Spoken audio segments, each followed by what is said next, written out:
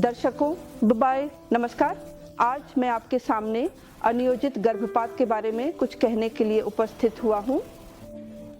गर्भवती होना हर लड़की के लिए निश्चित रूप से एक आकांक्षित विषय है, लेकिन अगर यह गर्भ अनियोजित या अप्रत्याशित हो तो यह विपरीत अनुभव भी दे सकता है। बांग्लादेश में मातृ मृत्यु दर के सबसे बड़े कारणों में से एक अनियोजित गर्भपात या एबॉर्शन के दुष्प्रभावों के कारण मातृ मृत्यु दर उल्लेखनीय है। आइए हम जानें कि गर्भपात या एबॉर्शन से हम क्या समझते हैं। गर्भपात या एबॉर्शन एक ऐसी प्रक्रिया है जब कोई लड़की अनियोजित रूप से गर्भधारण करती है या जब कोई लड़की गर्भवती होती है और वह गर्भ अगर आगे बढ़ता है तो वह उसके स्वास्थ्य के लिए हानिकारक हो सकता है। तब उस गर्भ को सुरक्षित रूप से निकालने को हम गर्भपात या एबॉर्शन कहते हैं। ठीक है, आइए हम अब जानें कि किन कारणों से गर्भपात या एबॉर्शन किया जाता है। आमतौर पर हम ऐसा करते हैं अगर किसी का गर्भ अनियोजित है, अगर किसी का गर्भ आगे बढ़ता है और हम उसे जारी रखते हैं तो यह उसके स्वास्थ्य के लिए जोखिम बन सकता है। अगर किसी माँ को अनियंत्रित डायबिटीज है, किसी माँ को उच्च रक्तचाप है जो दवाओं से भी नियंत्रित नहीं हो रहा है, किसी लड़की को हृदय की बीमारी है, किसी लड़की के गर्भ का बच्चा विकलांग है, सामाजिक कारण जैसे अगर कोई लड़की बलात्कार की शिकार होती है और बलात्कार के माध्यम से गर्भवती हो जाती है तो इन सभी कारणों से हम गर्भपात करते हैं। आइए हम जानें कि गर्भपात हम किस तरह से करते हैं। गर्भपात या एबॉर्शन हम दो तरीकों से करते हैं। एक है दवाओं के माध्यम से और दूसरा है सर्जिकल या जिसे हम वैक्यूम के माध्यम से कहते हैं, जिसे आम लोग MR या DNC के रूप में जानते हैं। लेकिन चाहे जो भी तरीका हो, किस तरीके से आपका गर्भपात किया जाएगा यह आप तय नहीं करेंगे, यह आपका डॉक्टर तय करेगा। तो आइए हम अब जानें अगर कोई गर्भपात या एबॉर्शन कराना चाहता है तो उससे पहले क्या करना चाहिए। सबसे पहले जो गर्भपात कराना चाहता है उसे एक विशेषज्ञ डॉक्टर या पंजीकृत डॉक्टर से संपर्क करना होगा, और अगर वह पंजीकृत डॉक्टर एक गायनेकोलॉजिस्ट है तो यह सबसे अच्छा होगा। उसके बाद उसके खून का हीमोग्लोबिन दिखाना बहुत ज़रूरी है। रोगी के खून का ग्रुप जानना भी बहुत ज़रूरी है, क्योंकि कई बार अगर वह माँ या जो गर्भवती है उसका खून का ग्रुप नकारात्मक है तो गर्भपात के बाद एक विशेष इंजेक्शन देना होता है। अगर वह इंजेक्शन नहीं दिया जाता है तो भविष्य में अगर वह फिर से गर्भवती होती है तो गर्भ के बच्चे को कुछ समस्याएं हो सकती हैं। इसके अलावा माँ का रक्तचाप है या नहीं यह देखना होगा, डायबिटीज या कोई अन्य बीमारी है या नहीं यह देखना होगा, किसी बीमारी के लिए वह लंबे समय से कोई दवा ले रही है या नहीं यह भी देखना होगा। इन सभी परीक्षणों और शारीरिक जांच के बाद ही अगर कोई समस्या नहीं है तो हम उस माँ को गर्भपात या एबॉर्शन कराने के लिए उपयुक्त मानते हैं। अब आइए हम जानें कि दवाओं के माध्यम से गर्भपात कैसे कराया जाता है। ऐसी कुछ दवाएं हैं जिन्हें 2 चरणों में लेने पर गर्भपात हो जाता है। यहाँ तक कि जब आप इन दवाओं का उपयोग करते हैं तो आपको कुछ बातों का ध्यान रखना चाहिए। फार्मेसी के लोगों से विभिन्न प्रकार की दवाएं लेकर गर्भपात कराने की कोशिश करते हैं और इस प्रक्रिया में वे सोचते हैं कि जैसे पड़ोस की भाभी का हुआ वैसे ही उनका भी हो जाएगा। ऐसा सोचकर वे विभिन्न प्रकार की दवाएं लेते हैं और इसके परिणाम स्वरूप कई जटिलताएं उत्पन्न होती हैं। लेकिन हमारे पास यह सुनने में आता है कि इस जटिलता के कारण कई महिलाओं को जान का खतरा होता है। इसलिए आपको यह सुनिश्चित करना चाहिए कि अगर किसी कारणवश गर्भ ठहर जाए तो आप अपने पास पड़ोस में जो योग्य डॉक्टर हैं उनसे बात करें, चाहे वह दवा से हो, सर्जिकल हो या किसी अन्य तरीके से गर्भपात की व्यवस्था करें। अन्यथा आपके लिए दीर्घकालिक कुछ बीमारियां या स्वास्थ्य जोखिम बने रह सकते हैं।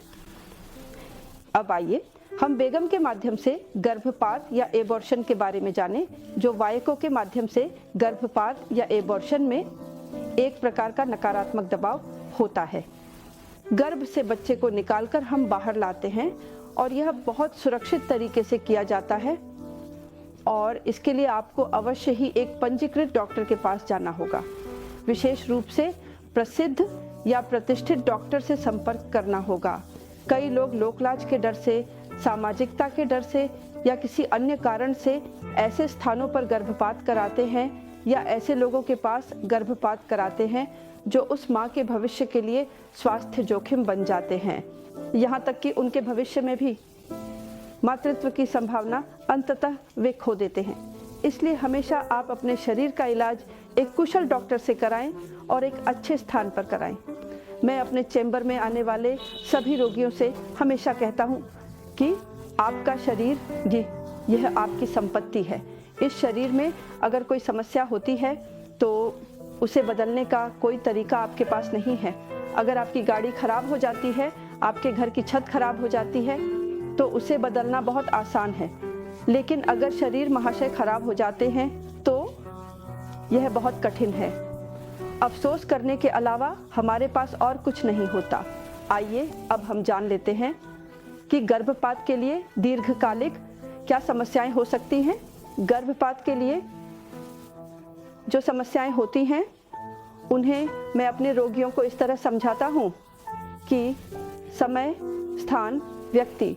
आपका समय सही होना चाहिए, जिस जगह पर कर रहे हैं वह जगह सही होनी चाहिए और जिसके पास कर रहे हैं वह व्यक्ति या वह डॉक्टर सही होना चाहिए।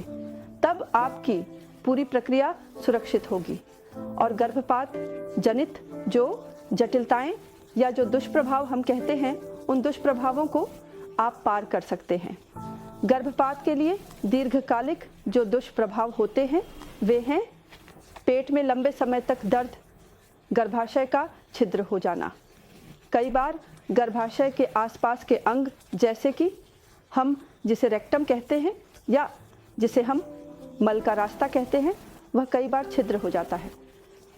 कई बार गर्भपात के लिए बाद में एक्टोपिक प्रेगनेंसी हो सकती है और कई बार स्थायी बांझपन हो सकता है। इसलिए सभी के लिए हमारा संदेश ये है कि गर्भ अवांछित हो सकता है। अगर गर्भ अवांछित है तो अवश्य ही एक पंजीकृत डॉक्टर के पास आएं। आकर आपका गर्भ कैसे सुरक्षित रूप से गर्भपात किया जाएगा यह निर्णय आपके डॉक्टर को लेने दें और फिर उसी के अनुसार व्यवस्था करें। अब हम सुनते हैं कि गर्भपात के बाद हमारे स्वास्थ्य की जांच की आवश्यकता है या नहीं। कई मामलों में देखा जाता है लड़कियां या महिलाएं सोचती हैं कि गर्भपात के बाद और कोई चेकअप की ज़रूरत नहीं होती।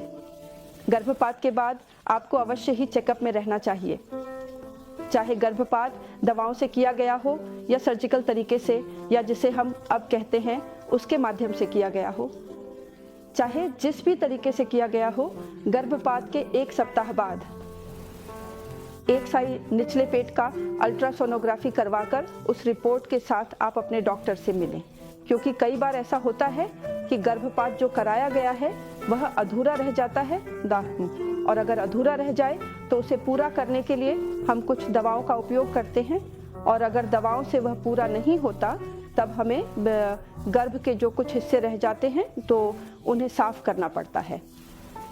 इस तरह जब आप सुनिश्चित हो जाएं कि आपका गर्भपात की प्रक्रिया पूरी हो गई है तब आप चेकअप से विराम ले सकते हैं।